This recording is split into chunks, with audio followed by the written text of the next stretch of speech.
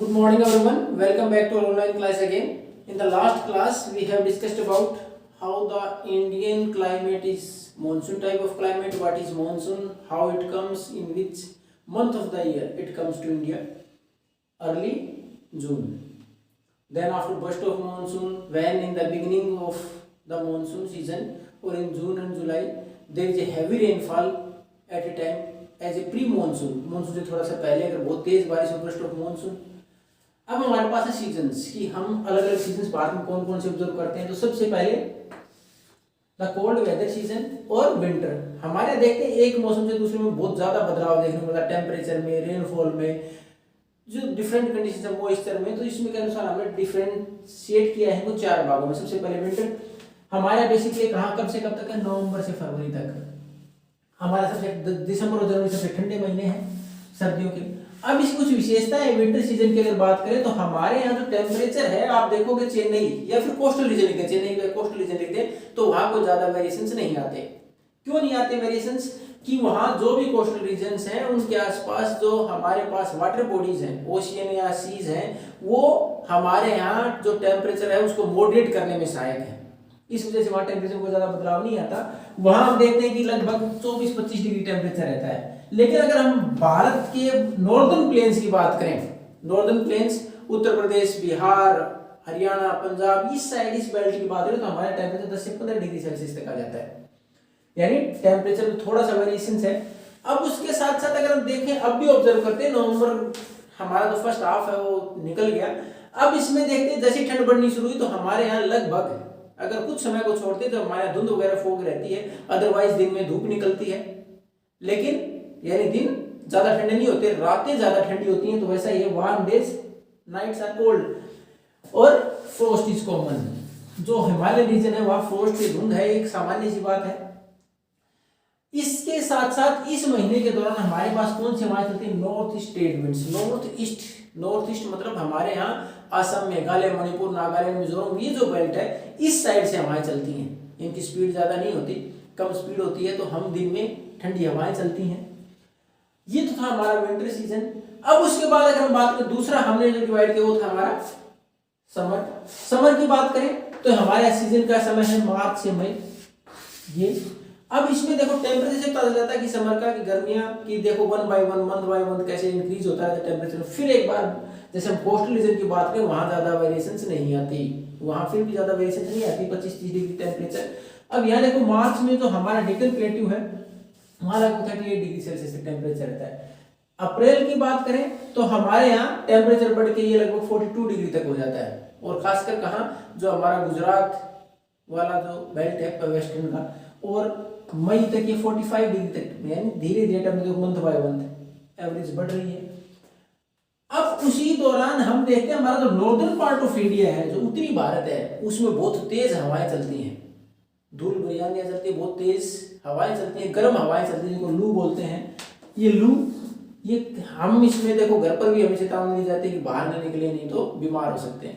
तो direct exposure है, it can be fatal, हमारे लिए घातक हो सकता है। और धूल भरी आंधियां चलती हैं। गर्मियों के मौसम की बात करें तो मार्च से मई है, उस दौरान की अगर कॉमन फीचर की बात करें नॉर्दर्न इंडिया की, इसको लोकल विंड है एक लू, यानी ज्यादातर नॉर्दर्न इंडिया की बात कर रहे हैं। अब उसके साथ एक देखो काल बैसाखी वर्ड आया। काल बैसाखी क्या है, इस टाइम पर तो तेज हवाएं चलती है, उसके साथ थंडरस्टॉर्म, बिजली कड़कने के साथ बहुत तेज कई बार बारिश भी आती है। और वेस्ट बंगाल में क्योंकि ये महीना जो अप्रैल का है तो उसके बाद बोलते हैं बैसाख, तो जब ये बारिश उस टाइम पर होती है तो इसको काल बैसाखी, क्योंकि इसकी वजह से नुकसान काफी होता है, तेज हवाओं के साथ बारिश होती है, इसलिए इसको काल बैसाखी बोला गया। दूसरा, इस जो समर सीजन के एंड की बात करें तो उस टाइम पर जून के आज से पहले और मई के लास्ट में केरल कर्नाटक वाला जो बेल्ट है हमारा साउथ में, वहां प्री मानसून, तो मानसून शावर्स हैं, उससे पहले की बारिश आती है, जो कि हमारे यहाँ जो मैंगो आम की फसल को पकने में सहायक है, इसलिए इनको मैंगो शावर बोला जाता है। जो प्री मानसून है केरल और कर्नाटक, ये हमारा था विंटर और समर। अब उसके बाद बात करें तो हमारे पास तीसरा जो हमने मौसम डिवाइड किया वो हमारे पास एडवांसिंग मानसून, मानसून का आना। और ज्यादातर हम देखते हैं कि अगर पूरे भारत की बात करें तो जो हमारे पास जून, ये जून के फर्स्ट वीक में आ जाता है। केरल और बॉम्बे के अंदर, महाराष्ट्र की बात करें ओशियंस के साथ लगती जगह है। और ये नॉर्थ वेस्ट को छोड़ दें, एक्सट्रीम नॉर्थ वेस्ट को छोड़ दें एंड थार डेजर्ट वाला इलाका इस साइड ये बेल्ट को छोड़ दे तो लगभग जुलाई में पूरे भारत में बारिश का मौसम बन जाता है, मानसून जो हमारे। अब ये मानसून का किस प्रकार का मैकेनिज्म है, इसमें मैंने शुरुआत में डिस्कस किया कि हमारे यहाँ दो ब्रांच से आती है मानसून की हवाएं। एक तो आती है हमारे यहाँ जिसको हम बोलते हैं south west monsoon wind. South west monsoon, अब साउथ वेस्ट डायरेक्शन कौन सी है आप देखो, साउथ नीचे जो हमारे पास केरल, वेस्ट जो हमारे पास गुजरात महाराष्ट्र से नीचे फिर थोड़ा गोवा से नीचे कर्नाटक से फिर केरल। ये जो बेल्ट है इस बेल्ट की साइड अरेबियन सी लगता है। इंडियन ओशन और अरेबियन सी की जो उधर से बारिश आती है, इधर से जो हमारे पास हवाएं चलती हैं, मॉइस्चर लेके चलती हैं, पूरे देश के अंदर बारिश करती हैं। और हवाई साइड क्यों चलती हैं, हमने देखा था जहां टेम्परेचर बढ़ेगा वहां क्या बन जाएगा, लो प्रेशर एरिया बन जाएगा। तो आपने मार्च से जो हमारे पास मई का समय था गर्मी का, तो बहुत ज्यादा गर्मी पड़ी उस टाइम पर। जो इंटरनल पार्ट ऑफ इंडिया और internal part of any country, जैसे भारत की बात कर रहे हैं हम, तो यहाँ अंदरूनी हिस्से थे जो कोस्टल एरिया से दूर थे, वहां बहुत ज्यादा गर्मी बढ़ी। बहुत ज्यादा गर्मी बढ़ने का मतलब मॉइस्चर खत्म हो गया, लो प्रेशर बना। लो प्रेशर, हाई प्रेशर कहाँ है, ओशियंस के ऊपर। तो यहां से हवाएं चलती हैं लो प्रेशर की तरफ और जुलाई तक लगभग पूरे भारत में मानसून आ जाता है। अब इसी दौरान देखते हैं वेस्टर्न घाट्स में है बारिश बहुत ज्यादा होती है, कई बार तो 250 सेंटीमीटर एंड अबव, 250 सेंटीमीटर से ज्यादा बारिश होती है। इसमें भी दो साइड है वेस्टर्न, इसमें लीवर्ड और विंडवर्ड साइड होती है। लीवर्ड और विंडवर्ड साइड क्या है, लीवर्ड और विंडवर्ड साइड होती है जो वेस्टर्न घाट है। वेस्टर्न घाट क्या है, जो हमारा कोस्टल रीजन है वेस्ट का, उससे थोड़ा सा आगे क्या है, कोस्टल प्लेन्स है, उसके बाद कुछ पहाड़ी इलाका है जिसको कि हमने घाट का नाम दिया, वेस्टर्न घाट्स है। उसमें जो पहाड़ियां हैं, आप इससे पहले वाले लेसन में पढ़ चुके थे, महेंद्रगिरी है हमारी ईस्ट की, और अनायमुदी हाईएस्ट जो हमारी पीक है वो कहाँ की है, वेस्ट की।